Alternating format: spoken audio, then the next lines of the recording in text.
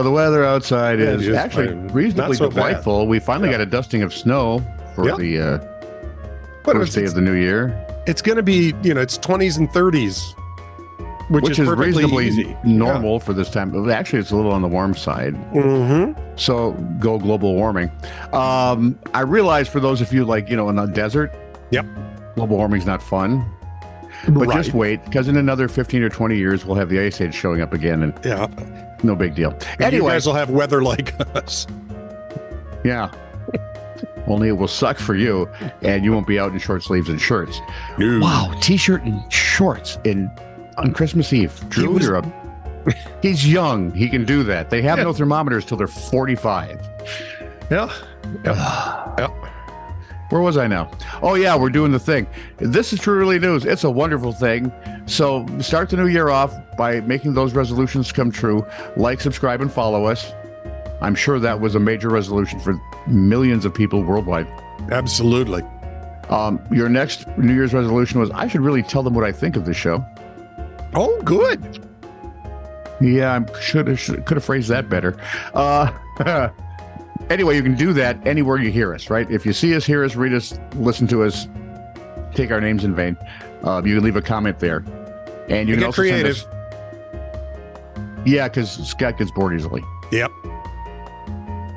He's like that. Just trust me, after how long have I known you? 40 some years? Yeah. So I figure it took me that long to start to appreciate him. Well, not really.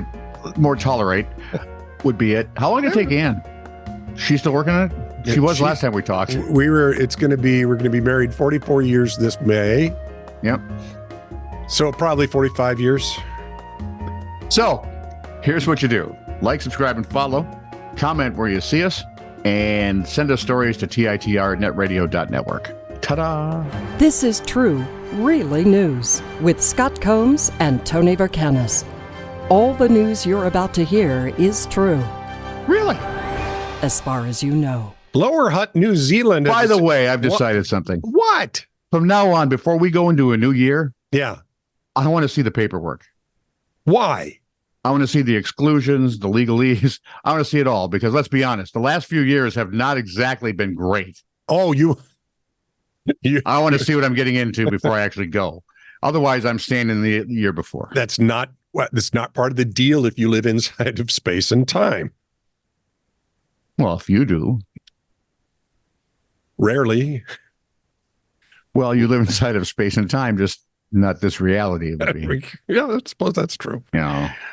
I was in a discount universe. Lower Hutt, New Zealand has a serious odor problem. The Sam's Club of universes. Oh, I don't think it's that good. Costco?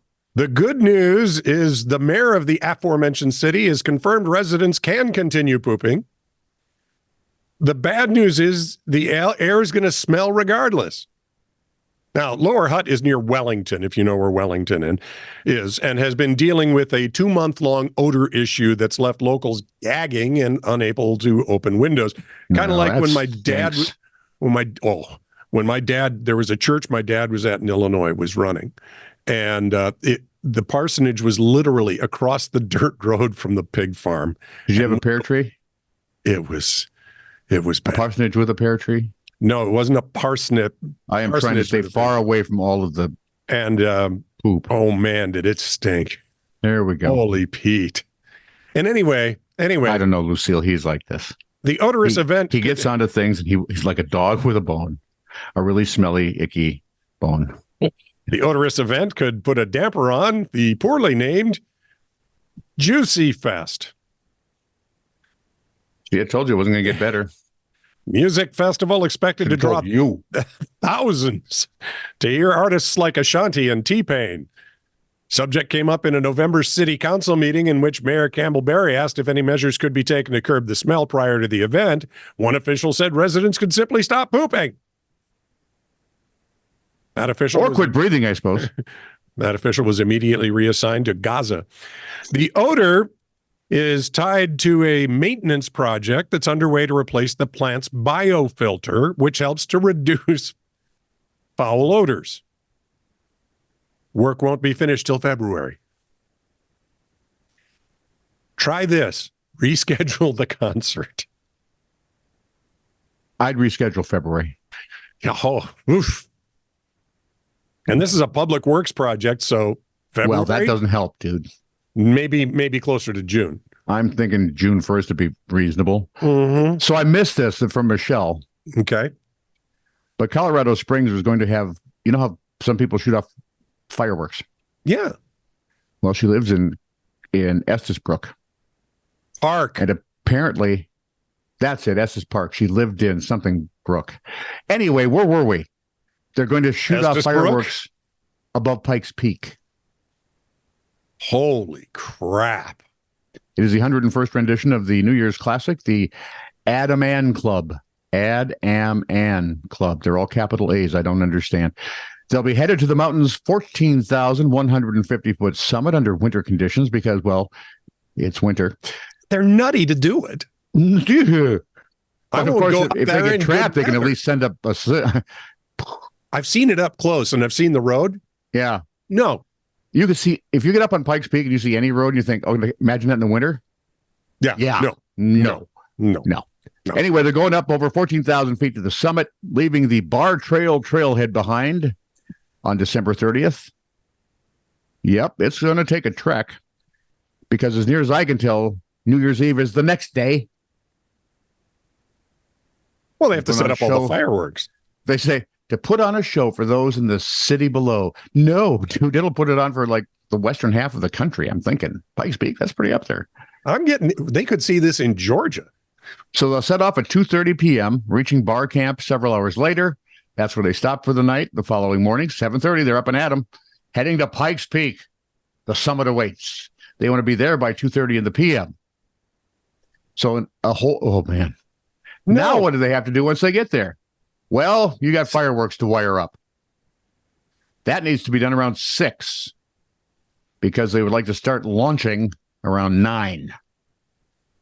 In commemoration of the Frozen Five, of course, the original 5 climbers involved in the long-standing tradition, who I believe only did it once and then were carted off to a home. Hopefully. And after they were thawed out, they saw many psychologists and psychiatrists and were spoon-fed. At midnight, of course, the larger fireworks display goes off. They will then take the COG Railway down the summit. Should be in Manitou Springs by 2 a.m. because, honestly, there's still drinking to be done. I like Manitou Springs, by the way. That's a nice spot.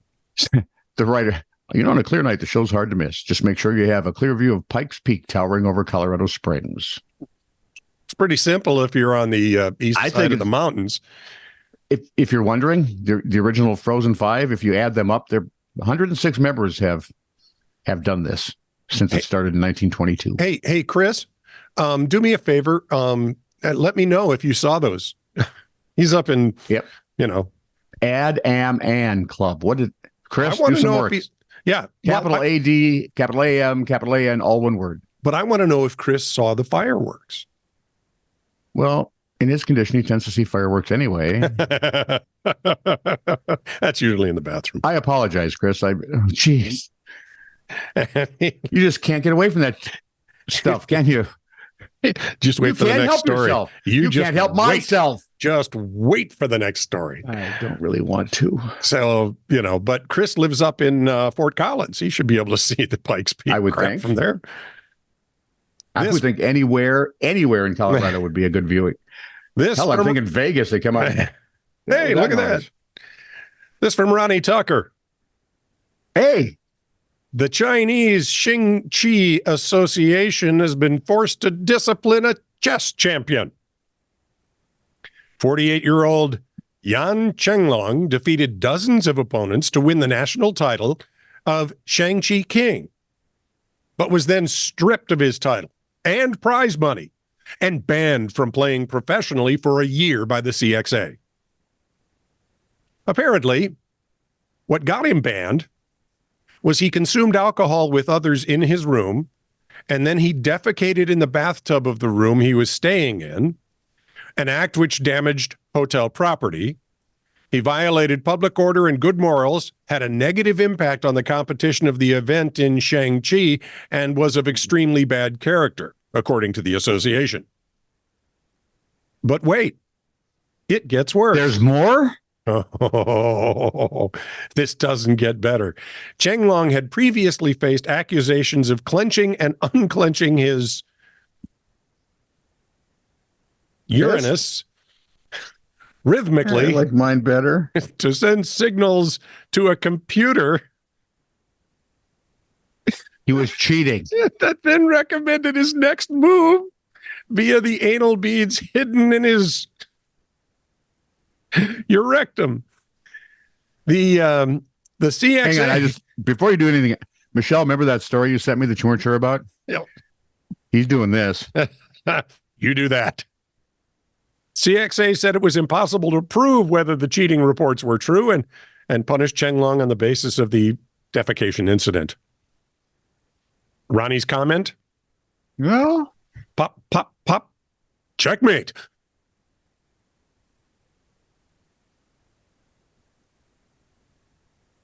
don't take this the wrong way. Yeah. I hate you. So Michelle sent me this roundup of 20. That was 4. Couldn't be. You're right, it wasn't. I was wrong. So apparently math skills will not improve in 2024.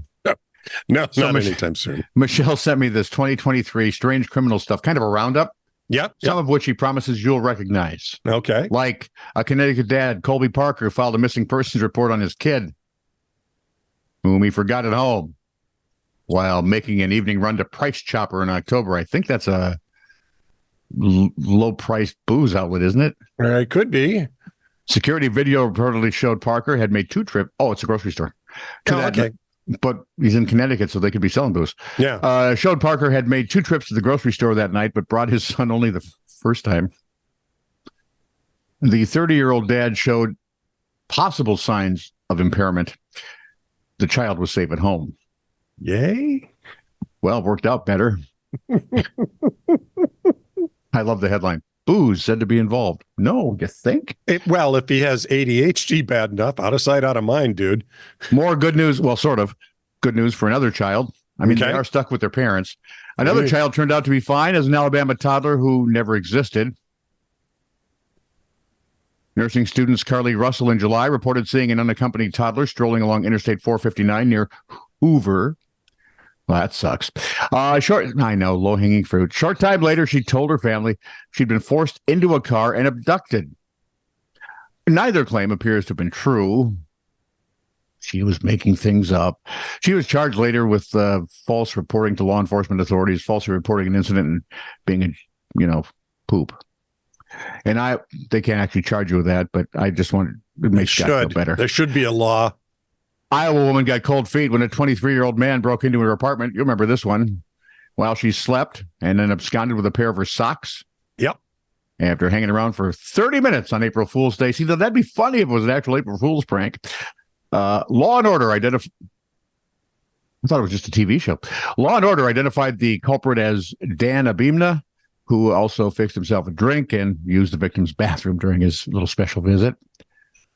Oh, there's more. I think we had Mark Anthony Gonzalez here, too. He didn't steal stockings. He allegedly entered 2 Lake Tahoe, Nevada condos and rubbed the feet of a pair of sleeping women over the 4th of July weekend. Apparently, it's a holiday thing. Hey, look, it's April Fool's. We steal socks. On the 4th of July, we give women foot massages. This wasn't the one where he claimed that he smelled smoke and had to go in and put the guy's feet out, or... Sure. Police say he's suspected of stealing women's shoes in his hometown of Atwater, California. Well, you got to have a job.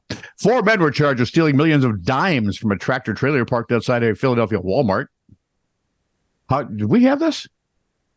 I don't know. Ring a bell. No, this one doesn't ring a bell. According to you, how'd we miss this? USA Today said the quartet made off with nearly $235,000 worth of dimes. Good luck passing it. You are going to... Good luck carrying it. That's a lot of dimes. That's over 100 pounds, I'm sure. Oh, yes, they did try to later deposit the dimes. The truck reportedly contained 75 million dimes moving from Philadelphia to Florida, because really you can only take so much of Philadelphia and you got to get out. The driver had reportedly parked his vehicle to take a short rest before making the long haul. it doesn't appear the alleged thieves initially understood quite what they were stealing. Well, they got a little bit more of a clue now. While flying is generally safer than driving, it's not the case when a man high on mushrooms tries to shut off a plane's engine in mid-flight.